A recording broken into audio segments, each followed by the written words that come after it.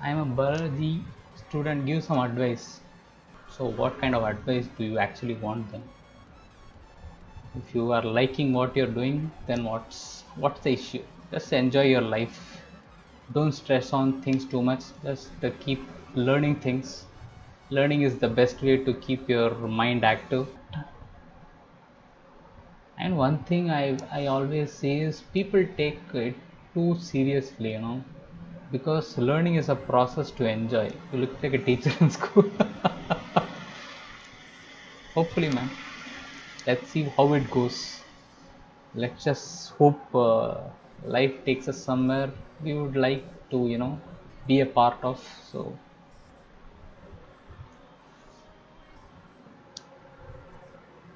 but I feel people should just enjoy what they're trying to do, because work is work, so yeah, like I was saying, if you enjoy the process of what you're trying to do, then it doesn't become a stress in your life.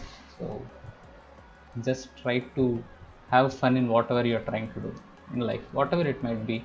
It might be like the real serious kind of a job, but if you have like fun in the process of doing it, then you'll always have a good thought in what you're trying to do, and the stress factor wouldn't come in there because you know what you're doing there, right? So just enjoy the process, I would say. That's all. I mean, it's a thing for everybody, I would say, because whoever comes across in your life, everybody has some kind of a problem in their personal life, working life, everything, whatever they are doing, some kind of stress is now normal, right? So I feel if you are able to enjoy the process of what you are trying to do, then it's all fine. One thing I personally follow is I always try to keep learning.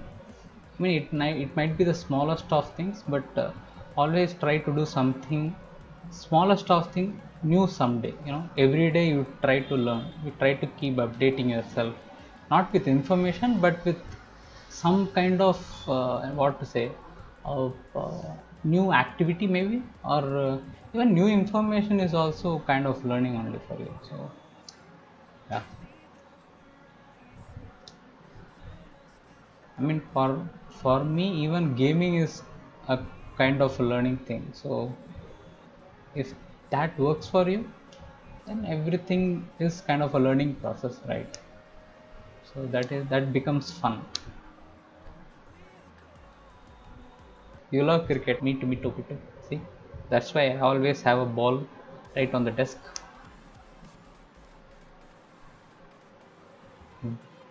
The carom ball, Ashwin's spin delivery with a slight gap here.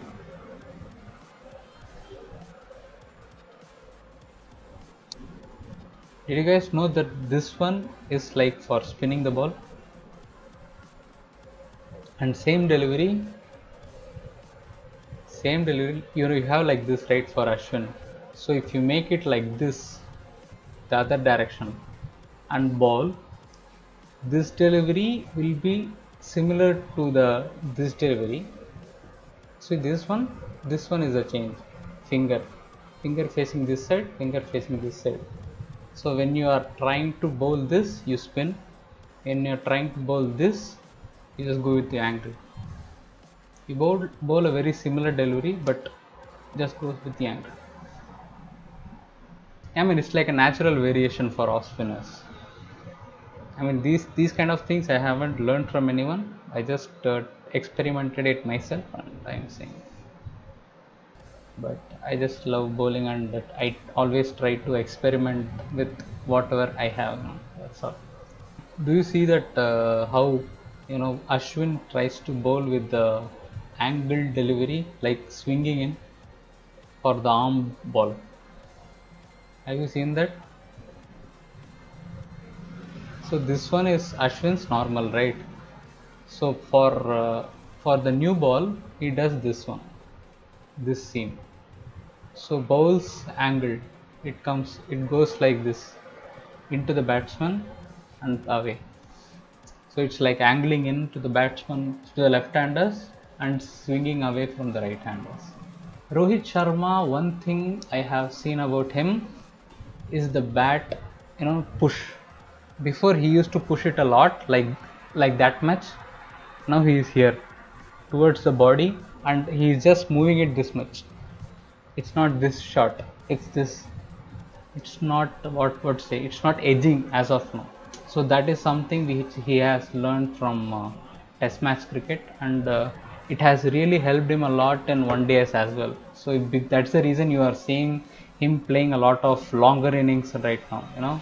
Even though even though you see him playing a very poor shot and getting out, that's kind of his mentality. It's not like he's trying to get out. It's just that he has to work with the flow, and if the flow is makes him play a shot, he plays it. That's all. So if he gets out, he gets out. So it's not much to think about. But whatever he tries to do, it's just with the flow. So it's not something which he plans to do. So that is one thing which I really appreciate Rohit Sharma, the way he has changed that.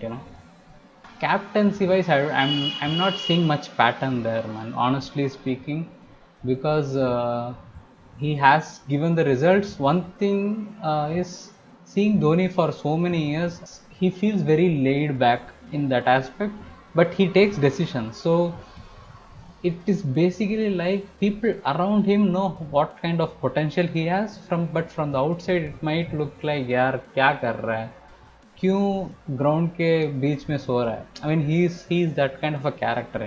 He's very laid back. He doesn't want to have that forward pushing kind of a mentality. So which Virat has. Virat is like, yes, yes, come on, come on. So he will say all those things. But Rohit Sharma, यार क्या कर रहा है यार, वहाँ आ जाना, यहाँ आ जाना, क्या कर रहा है. So he is that kind of a person. And whenever they are having a plan and the field is set for that and everything is fine, but the boundary goes, Rohit Sharma does यार, he just goes like क्या करूँ अब. So his mentality is totally different from what we have seen from Kohli and Dhoni. So, I mean, Dhoni is totally different. I have studied him really well over the years, and he is like the perfect example of how a captain should be, because he tries to extract the potential out of you rather than him telling you what he wants from you. He just makes you do the things to the team. It's made basically like you are a small captain within your mind. For the bowlers, I'm saying. So I'm like, I mean, if I'm a bowler with Dhoni as the captain, then basically what I have to think is, यार इस batsman को क्या करें हम, how to approach this guy, what field to set, and what am I trying to do. So these kind of things the bowler starts to think by himself, and he has set a plan and he works towards it, and Dhoni backs that.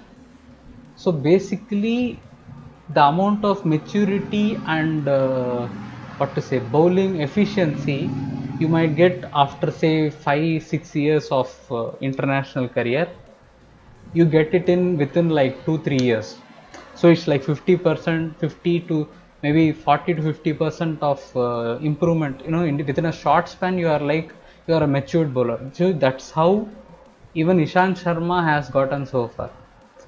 If you have seen Ishant Sharma, he wasn't that kind of a bowler. He just had lanky, tall guy bowling this angled deliveries, coming into the batsman, or if it's a new ball, if it like swing away, ball gets hold, either it comes in slightly or goes in with the angle. That's the only thing he had. So now what Ishant Sharma does is he bowls based on the pitch. Before he was like short delivery, short delivery, back of good length, back of good length, good length, good length, good length. Now, first delivery straight into the batsman, full and swinging away, into the batsman and going in, and straight on the stumps going away. So that kind of maturity he has shown, and That's the reason Ishant Sharma as a bowler, you need not do much with him. So that's the main reason why Ishant Sharma has become so mature, because the the mental space has been given to him, and he has been using it pretty well, I would say. And another thing, if you see, is with Kedar Jadhav is this ball, right? I mean, one more thing is, you might see that Kedar Jadhav has been getting hit a lot recently. It's mainly because the teams have seen he is not able to spin the ball. He is just angling it, throwing it in, like bowling this and this angle, and ball goes in with the angle. That's all. Nothing else is happening. He doesn't have a ball which will actually spin away. So what happens is, the mental ability of a batsman is like, yeah, some ball might spin, and I don't want to stress on it too much, but I want to play him out. So that's the reason, like, people don't want to take risks against him. When you saw him before, he was very economical because of that reason.